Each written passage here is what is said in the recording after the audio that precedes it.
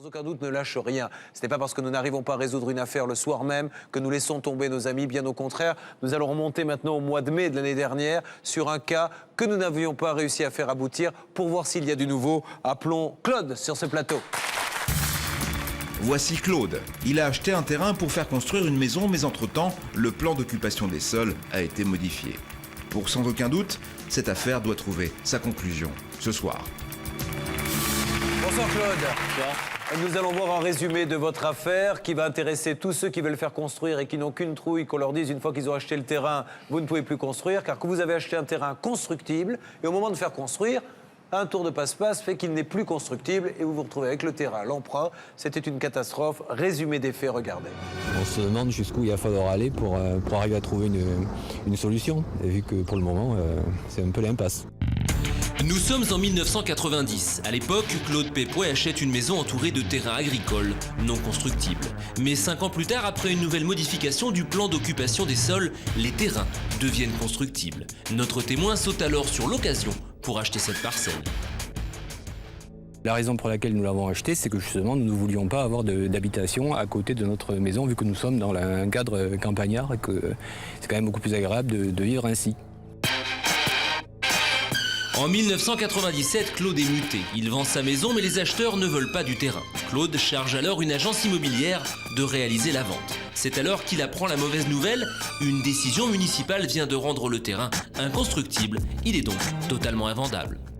Alors à ce moment-là, la réaction a été double, à la fois un peu d'abattement, d'incompréhension aussi, parce qu'on ne comprenait pas que quelque chose qui était constructible en 1997 encore ne le soit plus en 1998. Et à partir de ce moment-là, nous avons essayé de prendre contact avec la mairie pour savoir ce qu'il en était, sans succès. Et voici plus de 7 ans que cette situation perdure. 7 ans que Claude cherche désespérément une solution à son problème. Nous l'avons accompagné en caméra cachée dans le bureau du premier adjoint au maire, et ça tombe bien, il est justement chargé de l'urbanisme. C'est pas moi, en principe je m'occupe pas de l'urbanisme, c'est monsieur le maire qui s'occupe de l'urbanisme. Je suis adjoint à l'urbanisme, mais c'est pas moi qui m'occupe de l'urbanisme.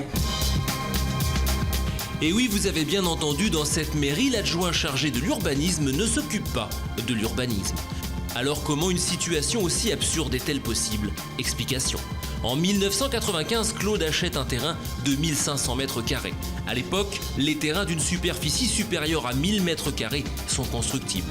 Mais 3 ans plus tard, la réglementation change. Seules les parcelles de plus de 1500 mètres carrés sont constructibles. Pour Claude, c'est le début des ennuis.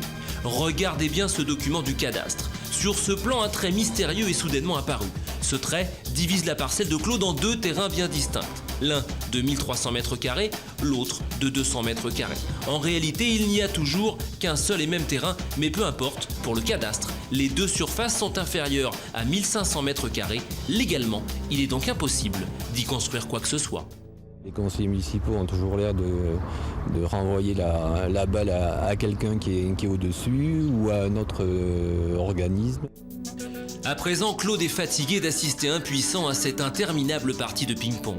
Déterminé à obtenir des explications, nous nous rendons dans les locaux de la DDE en caméra cachée. Donc nous, on a un document d'urbanisme qui nous est donné par la mairie et on doit l'appliquer. Nous, on travaille pour eux, quoi, en fait. Donc la mairie, elle nous donne un document avec un trait qui s'arrête là, nous, on est obligé de l'appliquer, quoi. Elle nous renvoie à la mairie, donc on a l'impression que chaque collectivité ou organisme se renvoie à la balle.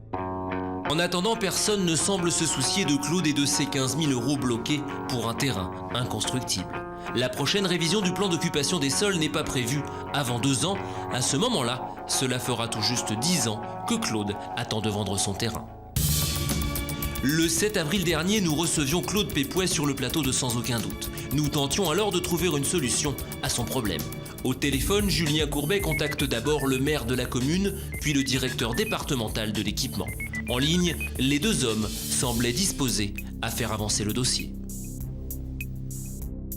Moi, la seule chose que je peux dire, c'est que nous sommes à disposition de monsieur le maire pour examiner avec lui le cas particulier, si c'est un cas particulier. Monsieur le maire, acceptez-vous de rencontrer ce monsieur qui a un grand esprit d'ouverture pour lui expliquer le problème et trouver la solution avec lui en compagnie de monsieur Pépouet? Mais bien évidemment. Bon, vous pouvez prendre ce rendez-vous ensemble? Ah bah écoutez, moi, alors là, comme vous voulez, on peut se voir en début de semaine, si vous voulez. Est-ce que vous pouvez, monsieur le directeur, en début de semaine? Moi, je peux proposer à monsieur le maire s'il est disponible lundi après-midi. Oui. Ça vous ennuie pas que ce monsieur participe, monsieur Pépouet, comme c'est le principal intéressé? Il va venir avec tous ses documents? Pas du tout. Bon, 16h à la DDE, monsieur Pépouet, monsieur le maire, monsieur le directeur. Au terme de cette conversation, une issue favorable semblait envisageable pour Claude. La réunion s'est-elle tenue? Que s'est-il passé depuis? La réponse, tout de suite. Nous revoici donc sur le plateau. Le résumé était signé Timothée Vienne. Donc effectivement, on était resté sur une réunion, mais une réunion, ça veut tout dire et rien dire, hein. On a déjà vu des tas de réunions qui n'aboutissaient pas. Où en êtes-vous aujourd'hui, monsieur? Non, la réunion a eu lieu, à la date prévue, entre le maire, le directeur départemental de l'équipement et moi-même. Suite à cette réunion, on m'a demandé une nouvelle demande de certificat d'urbanisme. Je dois envoyer la demande de certificat d'urbanisme au maire. Le maire l'a transmise à la DDE. Vous allez nous faire un infarctus, vous le savez. Car nous attendons pour savoir si s'est passé quelque chose. On ne va pas téléphoner pendant 1 heure. Et lorsque la DDE a enfin envoyé le certificat d'urbanisme, qui était positif pour une partie mais pas pour l'autre, j'ai pu vendre le terrain aux voisins qui le voulaient. Et ensuite, donc, l'affaire s'est conclue le début septembre par une vente chez le notaire. Vous avez été payé? J'ai été payé il y a 15 jours exactement. Eh bien, c'est une bonne nouvelle. Merci d'être venu nous l'annoncer.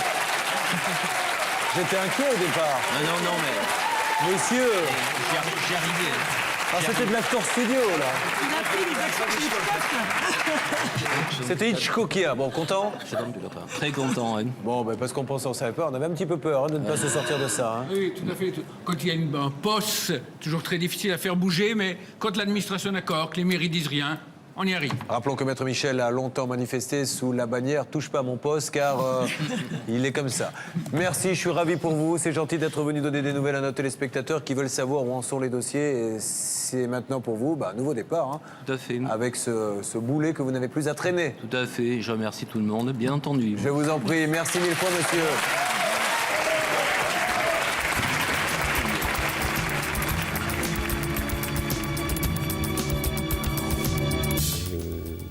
Conseille très très fortement, très très vivement aux gens qui ont des problèmes, qui n'arrivent pas à résoudre avec la lourdeur de l'administration, disons, de ne pas hésiter à vous contacter.